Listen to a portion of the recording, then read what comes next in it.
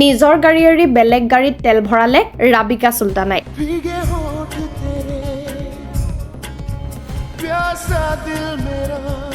ৰাতি 1 মান বজাত গাড়ীৰ ভিতৰতে লিলিমাই কৰি আছিল ৰাছিদুলৰ পত্নীয়ে।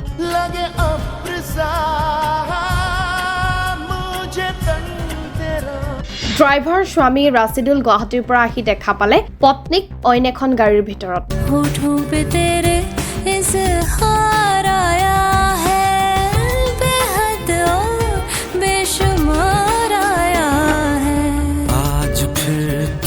চালকৰ পত্নী ৰাবিকা চুলতানাই নিজ স্বামীক থৈ অইনৰ লগত কৰিলে লিলিমাই।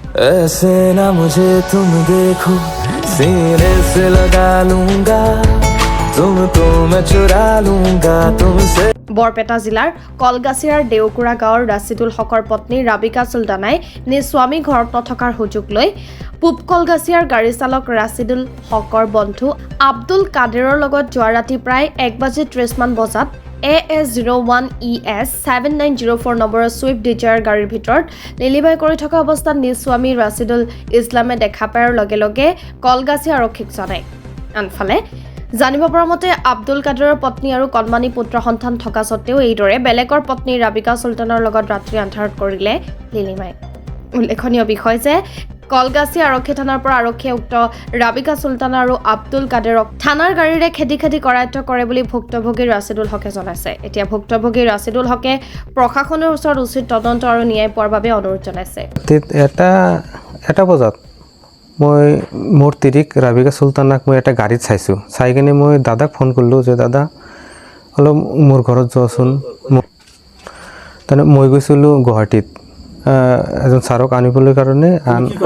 মই গাড়ী চলাওঁ, ড্ৰাইভাৰ ভাড়া লৈ গৈছিলোঁ।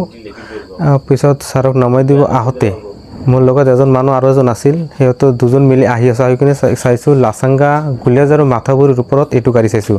গাড়ীখন চাই মই গাড়ীৰ ভিতৰত মই তিৰিক দেখা পাইছোঁ ৰাতি 1টা বজাত। তাৰপিছত তিৰিক দেখা পাই কিনে তিৰিক মই ফোন মাৰিছোঁ, ফোন ৰিচিভ কৰা নাই। লগে লগে মই মোৰ দাদাক মই ফোন কৰিলোঁ যে দাদা সোনকালে উঠি কিনে মোৰ ঘৰটো অলপ চোৱাচোন, মোৰ তিৰি ঘৰত আছে, ৰুমত আছে নে নাই। মই তাৰ কনফিউজ হ'লোঁ, গাড়ীৰ ভিতৰত আছিল, মই ভালদৰে দেখিব পৰা নাই। মই কনফিউজৰ কাৰণে দাদাক ফোন মাৰিলোঁ। দাদাই লগে লগে উঠি কিনে ঘৰত যাই কিনে নাই, ভিতৰৰ পৰা লক কৰা আছে দৰ্জা। মই ক'লোঁ পিছফালৰ পৰা চালেই হ'ল, চাওঁচোন। পৰে ক'লে যে পিছফালৰ খিৰিকী খোলা আছে। মই এতিয়া পূৰা হৈ গ'লোঁ যে নাই তেনেহ'লে গাড়ীত সি আছিল। তাৰপিছত মই অহাৰ সময়ত সেইটো মানুহটো মই বুয়াৰ ৰাস্তাত সেইটো ল'ৰাটো নমাই দিলোঁ। নমাই দি ক'লোঁ যে ইয়াতে থাকিবা, এটা ডিজাৰ আহিব, ডিজাৰে মোক খবৰ দিবা। মই স্পীড আহি কিনে মই ইয়াতে বাইদেউক লগ পালোঁ, পুলিচৰ গাড়ী। বাইদেউক লগ পাই মই ছিংগল দিলোঁ, ছিংগল গাড়ীৰ পৰা মই পিছত বাইদেউক ক'লোঁ যে বাইদেউ এনে কথা, মাজে মাজে মোৰ তিৰি ঘৰৰ পৰা ৰাতিত নাথাকে, মই গাড়ী চলাওঁ, গাড়ী লৈ যাওঁ, আহোঁতে ৰাতি হয়, কোনোবা ৰাতিত মই নাই আহোঁ। এনেকৈ কেইদিনমান মই চালোঁ। ততো হিচাপত মই দাদাকক আগতে জনাইছিলোঁ। দাদাই সেই স্পটে যদি এনেকৈ যদি ধৰিব পৰা নাই, সেইকাৰণে মই ক'লোঁ যে চাওঁ আজি। তাৰপিছত বাইদেউ ৰিকুৱেষ্ট কৰাৰ পিছত ক'লে ঠিক আছে, তুমি ৰাতিপুৱা আহি কিনে একটা FIR দিবা বা লিখি দিবা। তেতিয়া মই ঘৰত যোৱাৰ সময়তে লগে লগে সেইটো ল'ৰাই ফোন কৰিছে যে ডিজাৰটো এতিয়া গ'ল। মই লগে লগে তেল ডিপুৰ সন্মুখত গাড়ীৰ ভিতৰত সোমাই দিলোঁ, মোৰ গাড়ীটো চিনি পাব। তাৰপিছত চালোঁ যে পিছফালৰ পৰা দুটা গাড়ী বহুত স্পীডত আহিছে।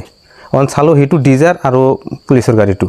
তাৰপিছত মই পিছৰ পৰা গ'লোঁ, যাই কিনে গাড়ীটো পুলিচৰ বাইদেৱে গাড়ীটো ধৰিলে। গাড়ী ধৰাৰ পিছত চালোঁ ভিতৰত যিজন ড্ৰাইভাৰ আছিল সেইটো আব্দুল কাদেৰ, তাৰ লগত মোৰ তিৰিটো গাড়ীত বহি আছে। গাড়ীত এতিয়া তাৰ পৰা উঠাই ধৰি কিনে থানাত লৈ আহিছে। ইয়াৰ আগত 6 মাহ আগতে কৰিছে। মই আহি কিনে দত্ত ছাৰ তেতিয়া আছিল, তাকো মই এজন কাগজো দি থৈ গৈছিলোঁ। ইয়াৰ আগতে তিৰিটো মোৰ নামত FIR দিছিল। মই কৈছিলোঁ এইটোৰ লগত আগৰ পৰাই এনেকুৱা আছে, মই বহুত কেইবাৰ কমপ্লেইন দিছোঁ, তাৰ ঘৰতো 4বাৰ গৈছিলোঁ। তাৰপিছত থানাতো মই কৈছিলোঁ। তোমাৰ শহুৰৰ ঘৰত কৈছিলা এইবিলাক কথা? নাই, শহুৰৰ ঘৰত কোৱা নাই, ল'ৰাটোৰ ঘৰত কৈছিলোঁ। এতিয়া চাওঁ, মই তোৰ আৰু ইচ্ছা নাই লোৱাৰ। মইতো এজাহাৰ কৰিমে। কালি সেইটো ছাৰ আহিব দিছে 11টা বজাত। ৰাতি 1:05-10 কিবা হয় আদি মতন কৰিলোঁ মই। তাৰমানে মোৰ সৰু বাটি আজি তাৰমানে আজি ৰাতি তাৰমানে মোৰ সৰু বাটি ফোন কৰিছে যে তুমি বাটি তুমি ক'ত আছা? মই ঘৰত আছোঁ। ৰাখিদুল ইছলাম।